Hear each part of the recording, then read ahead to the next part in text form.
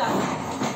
तो मैं कुछ ऐसे सिम्टम्स बताऊंगी जो कि अगर ऐसा कोई सिम्टम लोगों में हो तो न्यूरोलॉजिस्ट के पास जाएंगे तो बीमारी अच्छे से पकड़ में आएगी, बीमारी का इलाज होगा और हम अपनी लाइफ की quality as well as survival increase कर पाएंगे।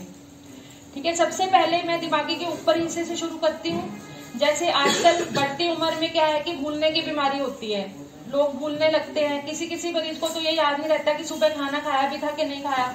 सुबह 10 बजे खाना खाया, भूल गए, 12 बजे से फिर खाना मांगने लगे, तो घर वाले बताते हैं कि आपने तो खाना खा लिया।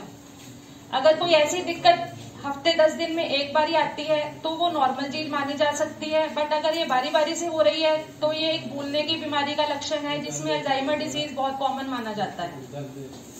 दूसरी चीज जो बहुत कॉमन है आजकल के टाइम में वो है दौरे की दिक्कत। दौरे मतलब मिर्गी के दौरे। मिर्गी के दौरे में क्या होता है, 3-4 चीजें होती हैं। लोगों के मन में रहता है कि अगर शरीर हिलेगा, चारों टांगों पैर हिलेंगे, मुंह से झाग निकलेगी, हम उसी को ही दौरा बोलते हैं। बट इसमें और बहुत चीजें हैं। कोई बंदा बैठा बैठा कहीं एकदम से नजर टिका लेता है, एकदम से बेहोश हो जाता है, बेहोश होने से गिर जाता है, जब एक साइड का हिस्सा हिलता है, जब दोनों टांगों बाजू हिलती हैं, तो वो एक दौरे की निशानी होती है। तो उस टाइम पे पेशेंट को इमरजेंसी में लेके जाना बहुत जरूरी होता है। तीसरा, एकदम से बेहोशी हो गई, वो भी एक न्यूरोलॉजिकल डिसीज का सिम्टम हो सकता है। अगर रही अगली बात की दिमाग में कुछ एक नसें होती हैं जिनके अलग अलग से काम होते हैं। हमें नजर देना, जैसे किसी की नजर कम हो गई, किसी को धुंधला दिखने लग गया, जरूरी नहीं कि ये आंख की प्रॉब्लम की वजह से होता है, ये दिमागी प्रॉब्लम की वजह से भी हो सकता है।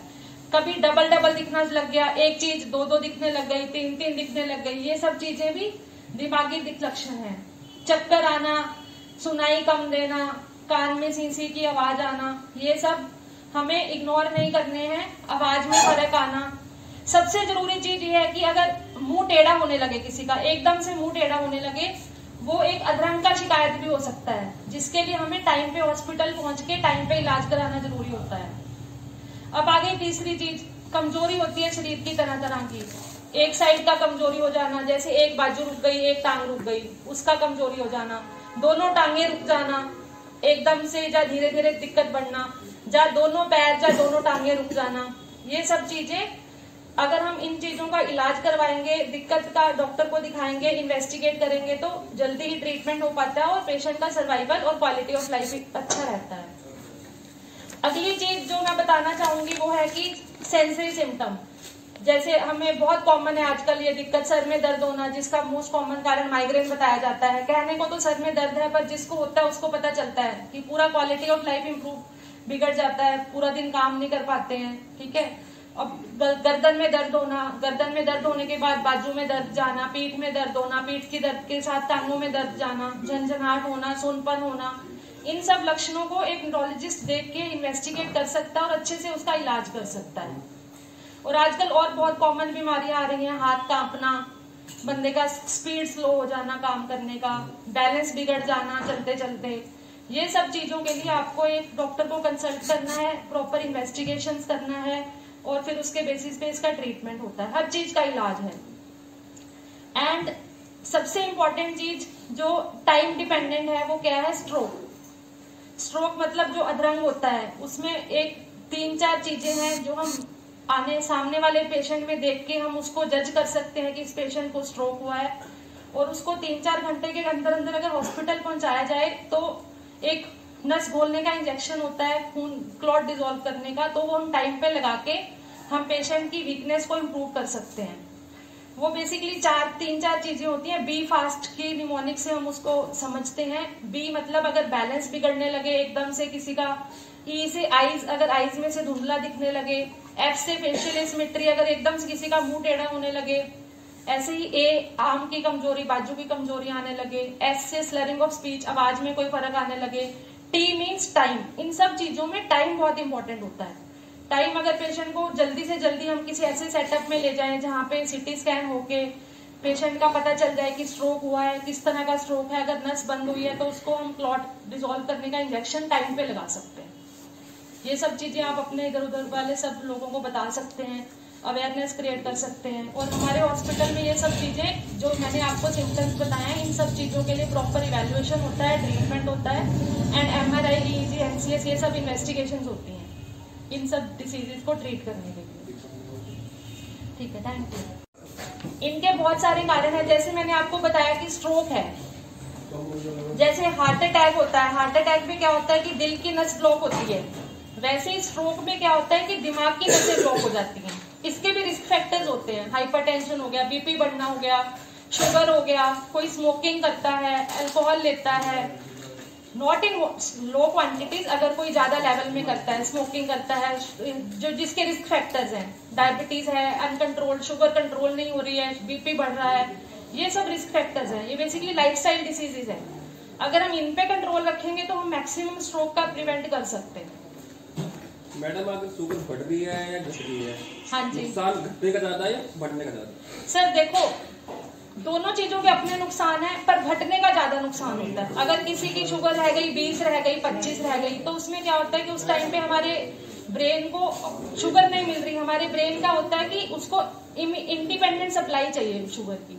इसमें कुछ एज फैक्टर भी होता है कि इस एज से ज्यादा होंगे? वो बेसिकली क्या होता है कि शुगर का मरीज है, जैसे जितनी लंबी उसकी शुगर की बीमारी हो जाएगी, या फिर जिस मरीज को इंसुलिन चल रही है, उन मरीजों में ज्यादा रिस्क रहता है शुगर कम होने का। जैसे इंसुलिन तो बंदे ने लगा ली, 8 यूनिट इंसुलिन लग रही है, उसने 8 यूनिट लगा ली, जितना उसको खाना खाना चाहिए उसके अकॉर्डिंग उसने वो खाया नहीं, तो उससे वो शुगर कम हो गई। तो सबसे पहले तो लक्षण ये दिखाता है, हमारे शरीर की खुद की ताकत होती है कि हमें भूख ज्यादा लगती है, पसीना आने लगता है, इस तरह के लक्षण आते हैं। जब शुगर की बीमारी लंबी हो जाती है तो हमारे शरीर की वो चीजें लाने की भी शक्ति कम हो जाती है, तो एकदम से क्या होता है, दौरे पड़ने लगते हैं, मरीज बेहोश हो जाता है। तो पेशेंट आते हैं हमारे पास, दौरा पड़ गया, बेहोश हो गया, शुगर होती है 25, 30, 15, मैंने 10 शुगर भी देखी हुई है। तो वो तो बेसिकली ब्रेन को फिर शुगर नहीं मिली तो ब्रेन डैमेज हो जाता है उससे, तो वो बेसिकली ज्यादा रिस्की रहती है। जो शुगर कम हुई एक्यूट वाली कॉम्प्लिकेशन करती है, पेशेंट उस टाइम ले जाती है उसको। क्रॉनिक वाली जो लंबी शुगर बढ़ रही है वो क्या करती है, हमारे किडनी पे इफेक्ट डालती है, हमारे हार्ट पे इफेक्ट डालती है, हमारे ब्रेन पे इफेक्ट डालती है। डॉक्टर ब्रेन स्ट्रोक हो ना, इसके लिए हाँ जी, ठीक है ना, कोई एक ऐसा लक्षण है जो इसको बिल्कुल इंगित करता है? बिल्कुल क्या करता हूँ सर? बिल्कुल ये बताता हूँ कि ये बीमारी होने वाली है। सर ऐसा देखो, ये लक्षण जो है हमारे दिमाग से शुरू होके हमारी नसों मांसपेशियों तक हैं, सारी बीमारियों के लक्षण मैंने आपको सारे लक्षण बताए हैं। अब जैसे यही लक्षण अगर एक साइड कमजोरी होगी तो अधरंग हो गया, अगर पैरों में कमजोरी होगी तो वो अलग बीमारी बताता है, अगर आपको डबल दिखने लग गया तो वो अलग बीमारी बताता है। ऐसा नहीं कि एक सिम्टम इम्पोर्टेंट है, सभी बीमारियों के अलग अलग से सिम्टम इम्पोर्टेंट है। ब्रेन स्ट्रोक हो ना, इसके लिए कोई एहतियात? सर इसके लिए वही जो मैंने बताया, जो लाइफस्टाइल रिस्क फैक्टर्स है, बेसिकली हाइपरटेंशन हो गया, डायबिटीज हो गई, स्मोकिंग हो गई, मतलब रूटीन एक्टिविटी लाइफस्टाइल। बाकी most of the stroke can be prevented by treating these causes. अब अगर हमें शुगर है, हम उसकी दवाई नहीं लेंगे, अनकंट्रोल रहेगा तो ज्यादा रिस्क रहेगा। ऐसे ही बीपी बढ़ता है तो क्या हो जाता है, स्ट्रोक में नस फटने का डर होता है, जिसको हम ब्रेन हैमरेज बोलते हैं। फर्स्ट एड में क्या करें मैडम इसका? सर फर्स्ट एड में क्या करना है, आपको पेशेंट को, अगर आपको किसी स्ट्रोक अगर पेशेंट को हो जाता है तो वीकनेस, सबसे पहले तो आपको पेशेंट को साइड टर्न करवाना है अगर पेशेंट बेहोश हो गया तो, क्योंकि जो अगर बेहोश हो गया तो फिर उसका सांस वाला रास्ता रुकने का डर होता है, तो साइड टर्न करवाएंगे वो ठीक रहेगा। और आपको इमरजेंसी में अपने नियरेस्ट हॉस्पिटल में लेके जाना है, प्रेफरेबली इस हॉस्पिटल में लेके जाइए जहाँ पे कम से कम सिटी स्कैन की फैसिलिटी हो, ताकि वो पता लगा सके स्कैन करके कि पेशेंट की नस ब्लॉक हुई है कि नस फटी है। अगर ब्लॉक हुई है तो वो, अगर पेशेंट टाइम में पहुंचा है, 3-4 घंटे के अंदर पहुंचा है, तो उस पेशेंट को अगर वहां पे फैसिलिटी है वो टीका लगाने की तो वो टीका लगा सकते हैं। अगर फर्दर की nearest possible tertiary care centre में रेफर कर सकते हैं, ताकि वो टाइम पे वो इंजेक्शन लग सके। डॉक्टर साहब, बचपन में कई लोगों का, जो बच्चों का दिमाग बच्चे की तरफ होता है, हाँ जी, बड़ा होता है फिर भी बच्चे ही दिमाग है, उसका भी कोई इलाज है? सर उसका परमानेंट इलाज नहीं है। वो बेसिकली क्या होता है, जब बच्चा पैदा हुआ, बच्चा रोया लेट, सही होता है ना कि माँ बाप आके बताते हैं कि बच्चे जब पैदा होते हैं तो साथ के साथ रो पड़ते हैं बच्चे। कोई बच्चे होते हैं वो किसी कारण की वजह से टाइम पे नहीं रोते, वो 2 मिनट में, 3 मिनट में, जब मार के स्टिमुलस देके रोते हैं। उतने टाइम में क्या होता है, जब बच्चा रोता है उसका काम क्या है, उस टाइम पे हमारा लंग्स खुलते हैं, बच्चे के फेफड़े काम करना शुरू करते हैं। जब फेफड़े काम करना शुरू करते हैं तो हमारे ब्रेन को ऑक्सीजन मिलता है।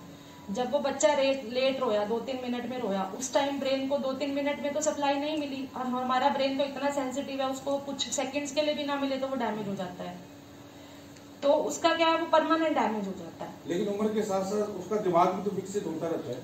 नहीं सर, जो पार्ट डैमेज हो गया उसको नहीं हम ठीक कर सकते। मैडम ये जो आपने बताया है, ये जो बीमारी के जो मरीज हैं, इनका फिजिकली क्या इलाज है और मेडिकली क्या है? सर किन पेशेंट्स का जो बीच आते हैं, इनका बेसिकली सर उनको पेरेंट्स का हमें काउंसलिंग करना होता है। हम अगर इन्हीं बच्चों को हम टाइम पे जो स्पेशल स्कूल्स होते हैं अलग से उनको उसमें डाल दें, उनको उनकी जो ऐसा नहीं कि वो हमारे से बात करेंगे हमारा, बट उनकी लैंग्वेज सिखाएं उन्हीं के अकॉर्डिंग, ताकि वो अपना बेसिक सा नीड कर सकें। ये चीजें हम लर्निंग स्टार्टिंग में कर सकते हैं। बेसिकली इसमें पेरेंट्स का ज्यादा रोल रहता है, बच्चे के लिए हम ज्यादा कुछ नहीं करते। बच्चों के साथ साथ जो ये आपने पहले बताया ना लक्षण जो दिमाग से बीमारियां हैं, इनका कैसे हम अपनी बॉडी को कैसे मेंटेन करके फिजिकली इससे रख सकते हैं, और दूसरा मेडिकल में क्या क्या तकनीक है जो इससे इलाज? मेडिकल में सर जो बीमारी निकलती है उसके बहुत सारी दवाइयाँ होती हैं। जो आपने अभी बताया, जो हमें प्रेस रिलीज में अभी आपने बताया, जो बताए हैं। अब जैसे ब्रेन स्ट्रोक हो गया तो उसमें हम क्या करते हैं, हम खून पतला करने की दवाई देते हैं, एस्पिरिन जिसको हम बोलते हैं। फिर हम पेशेंट जब एडमिट होता है तो हम उसके कारण ढूंढते हैं कि उसका ये अधरंग उसको क्यों हुआ है। अधरंग होने के भी बहुत सारे कारण होते हैं। हमारे हार्ट से ब्लड जा रहा है, ब्रेन में जा रहा है, उसके भी रास्ते में जो नसें आती हैं, हम जगह जगह पे उसके कारण ढूंढते हैं। सबसे पहले तो हम हार्ट के टेस्ट करते हैं, इको करते हैं, देखते हैं कि हार्ट की कोई वो तो नहीं है, कोई ब्लॉकेज तो नहीं है, हार्ट में कोई पंपिंग कम तो नहीं है, तो वो क्लॉट कहाँ से बना है, हार्ट के टेस्ट करते हैं। जो हमारे गर्दन से ये ब्रेन की नसें जा रही है उनका अल्ट्रासाउंड करते हैं देखने के लिए कि तो अगर कुछ हार्ट का अलग से कारण निकलता है तो उसके लिए अलग दवाइयाँ होती हैं खून पतला करने की। बाकी जो एक बार स्ट्रोक हो गया उसका इम्प्रूवमेंट फिजियोथेरेपी वगैरह के साथ ही होता है। मैडम ये जो स्ट्रोक बता रहे हैं, कोई परसेंटेज होती है? अभी इतने % तक होगा या 100% होगा तो डैमेज हो जाएगा, कुछ होती है परसेंटेज? सर इसका होता है कि कौन सी नस ब्लॉक हुई है। मान लीजिए जैसे डायबिटीज डाउन हो गई है, उसके बाद बाजू काम नहीं कर रही तो पैर काम कर रहा है, तो कितने % होता है ऐसा, या दोनों डैमेज कितने %? जो शुगर कम हो गई आप बता रहे हैं, शुगर कम भी एक इसमें भी अधरंग हो जाता है, बट वो अधरंग नस ब्लॉक करने वाला अधरंग नहीं होता। मतलब शुगर की वजह से होता है? हाँ, जो शुगर की वजह से होता है वो ठीक भी हो जाता है फिर एकदम से। शुगर ठीक करेंगे हम तो वो वाला पार्ट भी ठीक हो जाएगा। मैडम एक बात